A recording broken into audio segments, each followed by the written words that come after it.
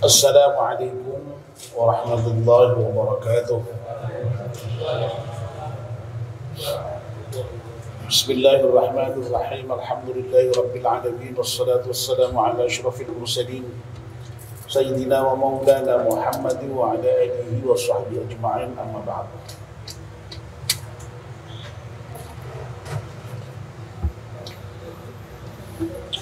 Bapak dan ibu yang dimuliakan Allah Subhanahu wa taala, alhamdulillah kita panjatkan syukur kepada Allah Subhanahu wa taala yang pada malam hari ini atas limpahan rahmat dan nikmatnya kita semua bisa hadir di masjid salat maghrib berjamaah, dan sekarang kita bisa melanjutkan kajian pada maghrib. Mudah-mudahan semua rangkaian ibadah kita di malam hari diterima oleh Allah Subhanahu wa taala.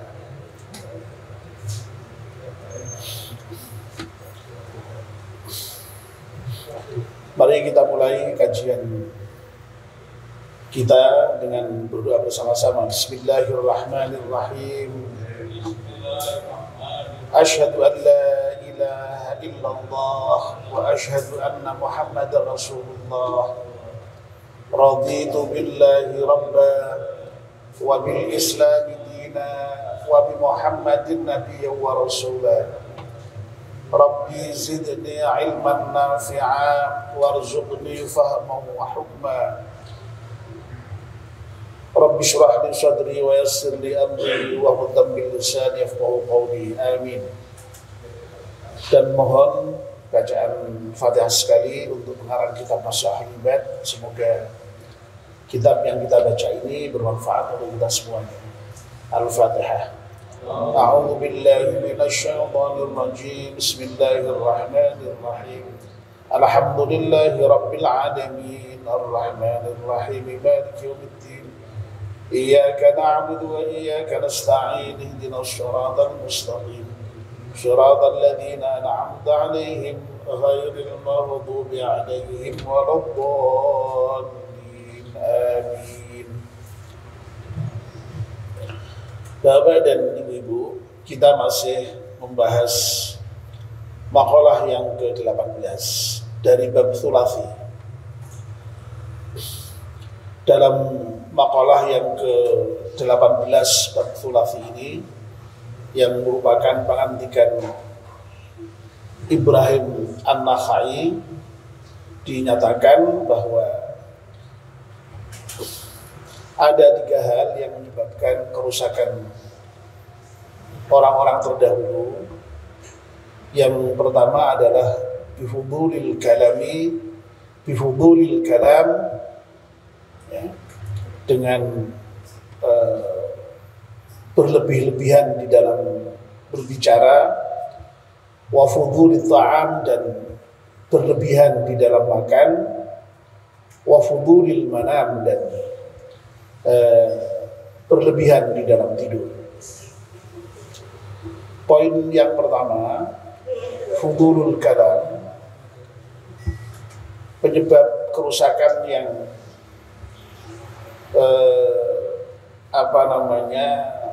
banyak berbicara, itu sudah kita bicarakan, ya.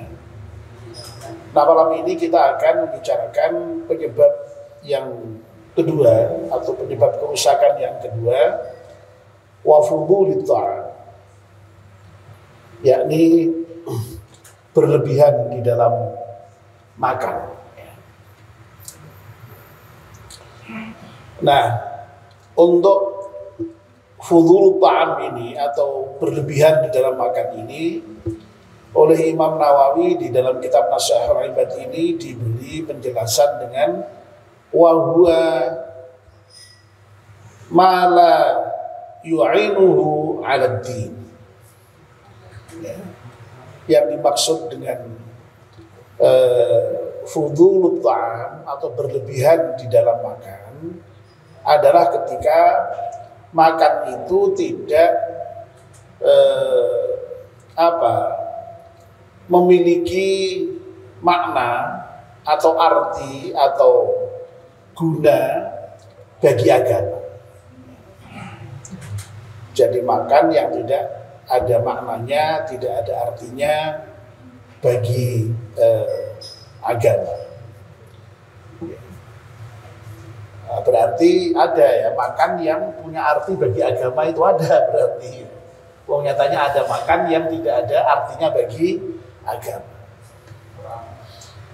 Makan itu kan prinsipnya menambah energi di dalam tubuh kita, ya. Dengan energi itu kita bisa melakukan segala sesuatu. Nah kalau kemudian makanan itu tidak punya efek bagi kepentingan keagamaan, ya itu tidak ada maknanya namanya. Oleh karena itu hati-hati kalau makan itu harus betul-betul diniatkan dengan niat yang benar, ya, supaya makan itu jangan sekedar hanya makan, tetapi memiliki nilai ibadah. Ya, karena kita ini kan di dalam agama ada beberapa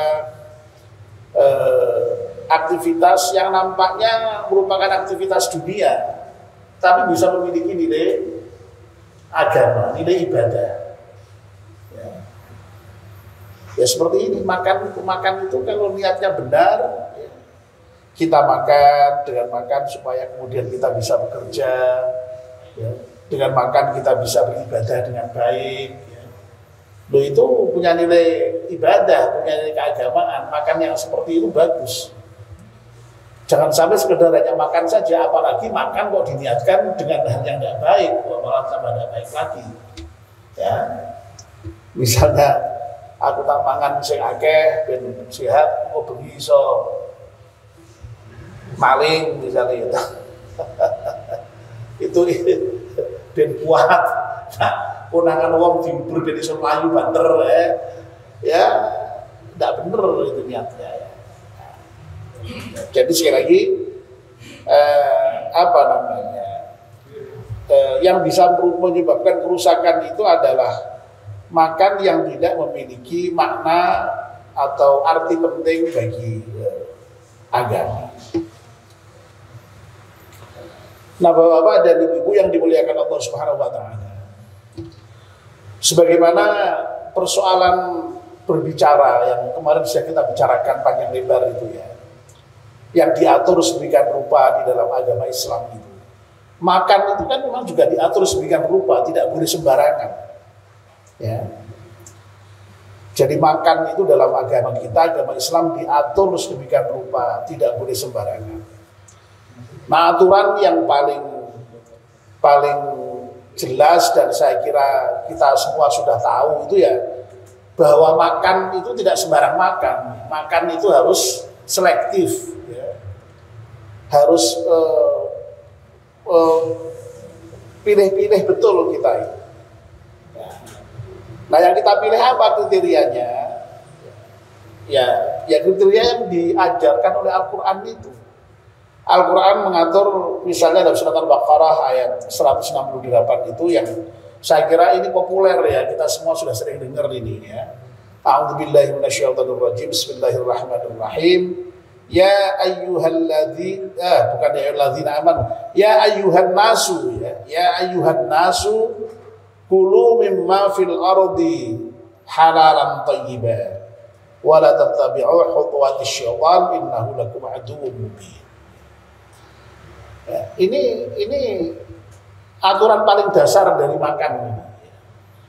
Wahai sekalian manusia, ya, firman Allah, kulu mimma fil ardi, makanlah apa yang ada di bumi itu, apa saja yang kamu temukan itu makan, ya. Tapi dengan catatan halalan, ya, thayyiban. Catatannya ya adalah makanan itu halal dan thayyib. Ya. Ini apa namanya? Kriteria makanan yang harus kita makan secara selektif itu. Jadi kita tidak boleh makan sembarangan. Kita hanya boleh makan yang halal dan thayyib.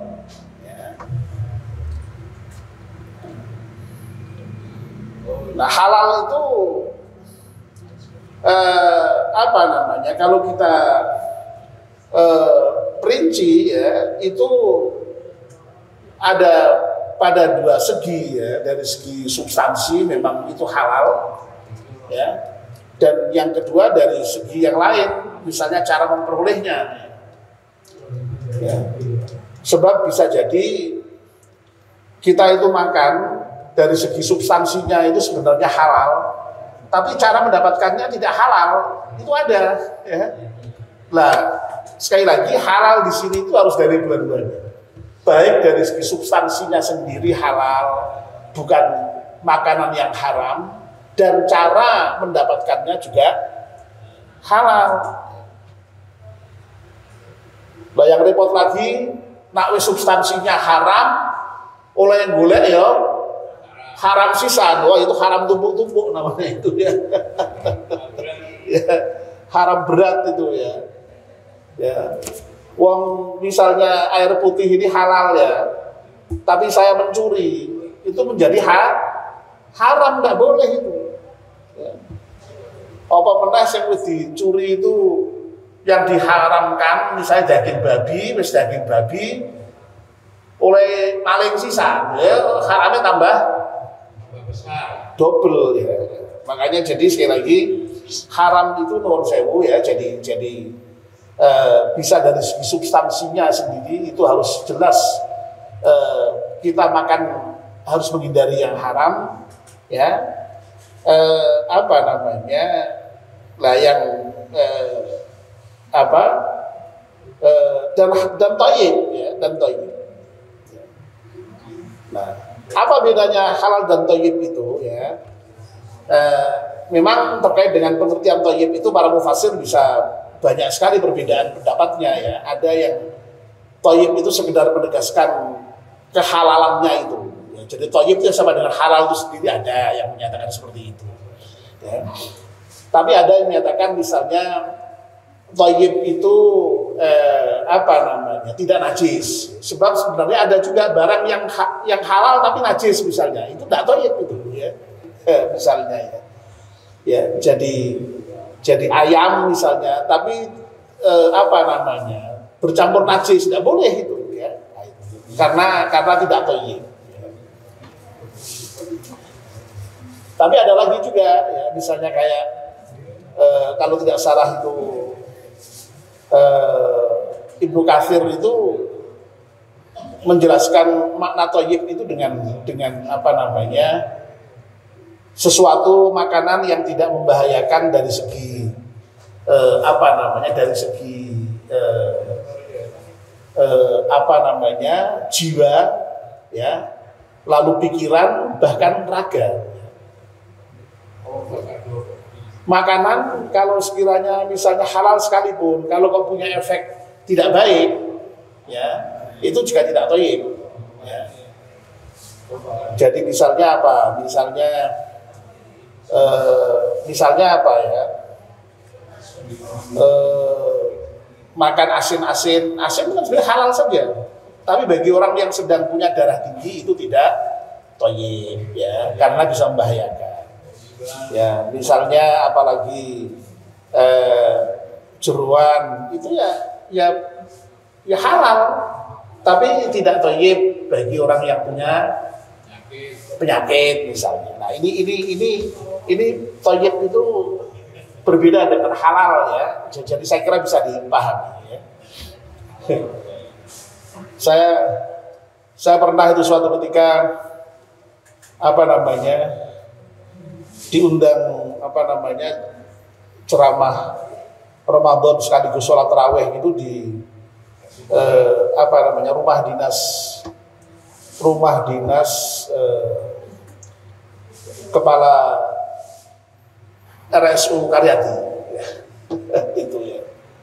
Nah, dilalahnya itu kok sehabis tarawih itu jamuannya makan itu saya tidak menyebut nanti tidak enak ya itu ya. Nasi yang tradisional tapi bahannya itu ya dari ada jeroan, dari apa gitu ya.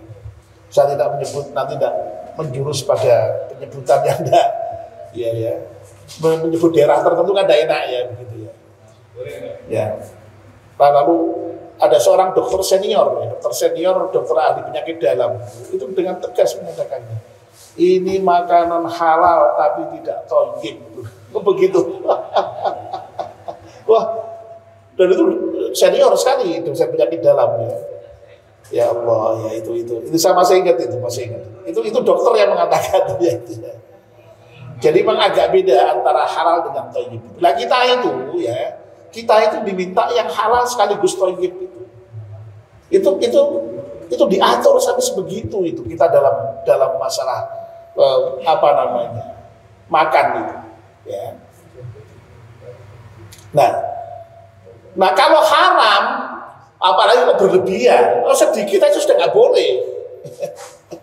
Ya, seperti kemarin itu berbicara itu kalau berbicara yang baik silahkan, tapi kalau berbicara yang tidak boleh, itu yang tidak boleh dibicarakan, sedikit aja tidak boleh. Ya. Jadi sekali lagi, yang halal sekalipun kalau berlebihan itu tidak boleh. Ya. Israf itu tidak boleh. Ya. Jadi aturannya di samping harus halal, harus thayyib, ada lagi ini ya. Yang terdapat dalam surat Al-A'raf ayat 31 itu Allah berfirman, a'udzubillahi minasyaitonir rajim, wa kulu washrabu wa la tusrifu. Ya. Innahu la yuhibbul musrifin. Ya. Silakan kamu makan, silakan kamu minum, ya. Tapi jangan berlebihan karena Allah itu tidak menyukai yang berlebihan. Orang-orang yang bertindak berlebihan. Jadi israf itu tidak boleh. Ya. Israf tidak boleh. Jadi artinya apa? Ya secukupnya. Ya. Makanya lalu kemudian ada ketentuan ya sebaiknya makan itu makanlah kamu setelah lapar dan berhenti sebelum kenyang misalnya itu ya. Yang sering dikaitkan dengan hadis Nabi, tapi juga ada yang kemudian mengkaji, wah itu kayaknya dhaif misalnya. Ya terlepas dari itu, tapi tentu baik dan itu teruji secara kedokteran bagus itu. Ya. Jadi bagus itu ya. Lalu ada lagi misalnya aturan makan itu yang baik, perut itu isinya itu sepertiga makanan, sepertiga minuman, sepertiga udara ya. Artinya tidak kenyang banget gitu ya. Itu ada aturan seperti itu dalam rangka supaya jangan israf itu. Jangan berlebihan itu. Karena kalau berlebihan dilarang. Ya, dilarang oleh Allah Subhanahu wa taala. Ya. Jadi sekali lagi Masya Allah ya, dalam masalah kemarin berbicara diatur sedemikian rupa, dalam makan juga diatur sedemikian rupa supaya tidak berlebihan. Ya. Kalau kemarin ya di dalam masalah berbicara itu sampai kalau tidak bisa berbicara yang baik, lebih baik diam.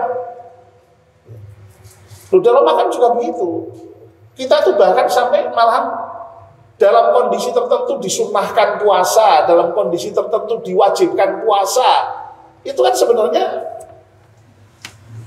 aturan yang luar biasa itu dalam masalah makan. Supaya kita itu betul-betul menjaga diri dalam persoalan makan ini tidak sembarangan. Sampai diwajibkan puasa, itu kan menahan untuk tidak makan. Itu sampai suatu ketika sampai begitu aturannya terkait dengan makan itu. Ya. Yang haram kalau yang haram jelas tidak boleh. Kalau pas lagi puasa itu yang halal saja tidak boleh untuk menahan dulu itu. Sampai begitunya itu dalam masalah makanan itu diatur oleh Allah sedemikian rupa. Ya. Nah ini sekali lagi kaitannya dengan menjaga supaya tidak israf tadi itu, supaya tidak berlebihan tadi itu. Karena memang apapun yang berlebihan itu, kalau berlebihan ya tidak baik memangnya. berbicara berlebihan ya tidak baik, makan berlebihan juga tidak baik, ya. Nah ini sampai aturannya seperti itu, ya. Ya. Masya Allah ya. Jadi intinya adalah bahwa yang boleh itu ketika membawa tadi itu ya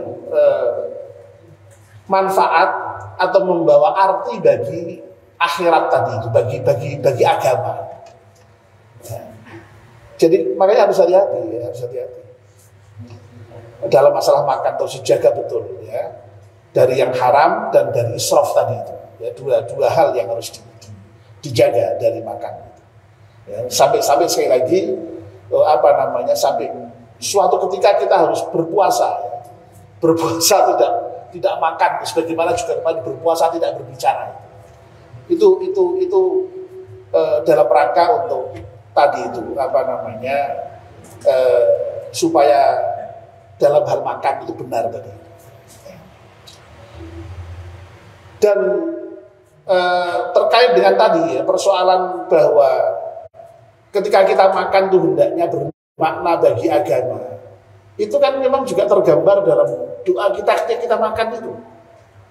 Coba misalnya kalau kita makan itu, apa ajaran doanya? Allahumma barik lana fima rozaqtana wa qina adzabannar. Itu kan masya Allah doa itu. Kalau kita kaitkan dengan ini tadi, dengan supaya yang namanya makan itu punya makna bagi agama itu. Jadi ketika kita makan itu, sekali lagi minta supaya itu diberkahi oleh Allah. Itu kan luar biasa itu. Jadi tidak sembarangan kita itu ya. Jadi kalau makan itu orientasinya harus berkah. Artinya apa? Tadi ya, makan itu kan tadi sudah saya sampaikan menambah energi kita. Nyatanya kalau tidak makan ya lemes gitu. Malah kalau tidak makan dalam jangka waktu yang lama bisa sakit, ya bahkan malah bisa mati loh kalau nggak makan itu. Jadi makan itu makanya penting ya. Jadi, makanya diperintahkan Allah makanlah. Jadi makan itu diperintah loh oleh Allah. Kulu washrobu, makan dan minum. Jangan sampai nggak makan kamu. Ya. Ya. Tapi ya tadi itu ada catatannya, ada batasannya tadi. Nah, doanya ternyata ketika kita makan itu dimintakan keberkahan. Nah, berkah itu apa? Sudah berkali-kali kita sampaikan bahwa yang namanya berkah itu adalah bertambahnya kebaikan. Ya. Jadi kalau makan itu kemudian membawa berkah, berarti makan itu membawa kebaikan bagi kita. Artinya apa? Ketika kita makan, kemudian lalu kita punya energi, kita punya kekuatan, kita sehat, dengan punya energi, dengan sehat, kita bisa bekerja, bisa ibadah, bisa membantu orang lain, bisa menolong orang lain. Begitu. Itu berarti makan punya manfaat untuk dunia dan bahkan agama. Nah, jadi masya Allah ya. Jadi monggo kalau kita makan tuh dihayati ya Bu ya Pak. Ketika kita menyatakan Allahumma barik lana itu supaya makan itu berkah untuk kita. Dan tidak hanya itu, waqina adzabannar, dan jagalah kami dari siksa neraka. Loh, ternyata makan itu perlu juga dikaitkan dengan penjagaan dari neraka. Ya karena tadi itu orang bisa saja dengan makan itu malah justru kemudian karena punya energi kuat, energinya disalurkan untuk hal-hal yang negatif. Kalau disalurkan hal negatif malah justru yang didapat bukan berkah tapi neraka kan. Naudzubillah min dzalik. Masya Allah ya. Jadi ajaran agama ini kalau kita coba untuk pahami, kita coba untuk renungkan, ternyata luar biasa itu ya. Doa makan itu luar biasa ya. Jadi kita itu makan itu diingatkan supaya membawa berkah sekaligus terhindar dari siksa neraka. Lah siksa neraka itu tidak hanya nanti neraka di akhirat. Ya termasuk mohon dijaga dari makanan itu ya, efek-efek negatif dari makanan itu juga ya. makanan ini yang membawa penyakit ini, ya, itu mohon dihindarkanlah kita dari Allah Subhanahu wa Ta'ala. Ya. Baik. Ya. Mohon kepada Allah. Ya. Oke, ya. Jadi nah, belum lagi kalau kita kaitkan dengan misalnya begini ya. Makan itu kan sebenarnya bisa kita pahami sebagai simbol dari konsumsi. Ya. Artinya apa? Artinya kenapa kita tidak boleh berlebihan di dalam makan, dan kalau diperluas lagi dalam hal melakukan konsumsi, ya, dalam memenuhi kebutuhan hidup kita itu. Maksudnya itu supaya jangan sampai kemudian apa yang kita miliki itu kita habiskan untuk diri kita sendiri. Itu intinya juga. Nah, kalau kita makan kemudian berlebihan, kita makan semua yang ada, kita makan, ya, semua yang kita punya kita kemudian konsumsi sendiri. Nah, terus kapan berbaginya? Justru kita diminta untuk jangan berlebihan, itu artinya berhemat secukupnya. Dan kalau bisa berhemat berarti kita ada saving. Dan kalau ada saving kita bisa berbagi dengan orang lain. Ya. Itulah makna misalnya kenapa sampai Allah menyatakan atau Nabi kita menyatakan orang itu dianggap tidak beriman kalau bisa makan kenyang sementara tetangganya kelaparan. Ini maknanya di situ itu sebenarnya. Ya. Kalau orang itu kemudian lalu berlebih-lebihan di dalam makan, ya, dan kelanjutannya dalam konsumsi kebutuhan hidup yang lain, itu lalu kemudian ujung-ujungnya pasti tidak hemat, dan kalau tidak hemat tidak bisa saving, dan kalau sudah tidak bisa saving tidak bisa berbagi. Ya.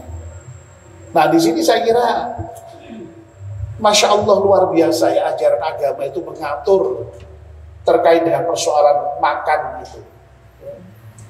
Dan yang menarik ya, seperti puasa Ramadan itu kan menahan makan, ya. Tidak boleh makan selama siang hari, selama sebulan penuh. Lo outputnya ternyata diantaranya harus membayar zakat fitrah.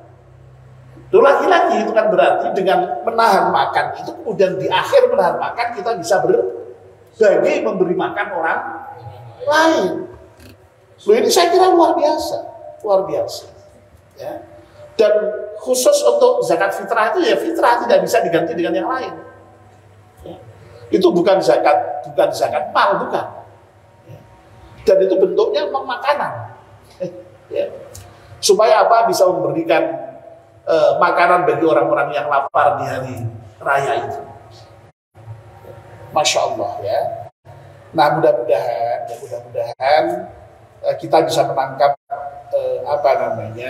nasihat dari Ibrahim An-Nakha'i ini ya, untuk tidak berlebihan makan ya, supaya tidak merusak diri kita, dan lebih penting dari itu ya, kalau kita itu bisa menahan diri dari berlebihan di dalam makan ini, bisa melakukan penghematan, bisa melakukan saving. Nah, kita kemudian lalu bisa berbagi dengan orang lain ya. Saya kira itu.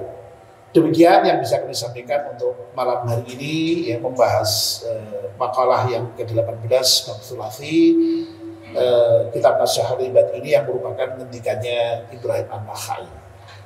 Mudah-mudahan bermanfaat untuk kita semuanya. Mari kita akhiri dengan doa bersama-sama. Bismillahirrahmanirrahim. Wal 'ashri innal insana lafi khusrin illa alladziina aamanu wa 'amilus salihati wa tawassaw bil haqqi wa tawassaw bis sabr. Subhanaka Allahumma bihamdika asyhadu an la ilaha illa anta astaghfiruka wa atubu ilaik. Wassalamu alaikum warahmatullahi wabarakatuh.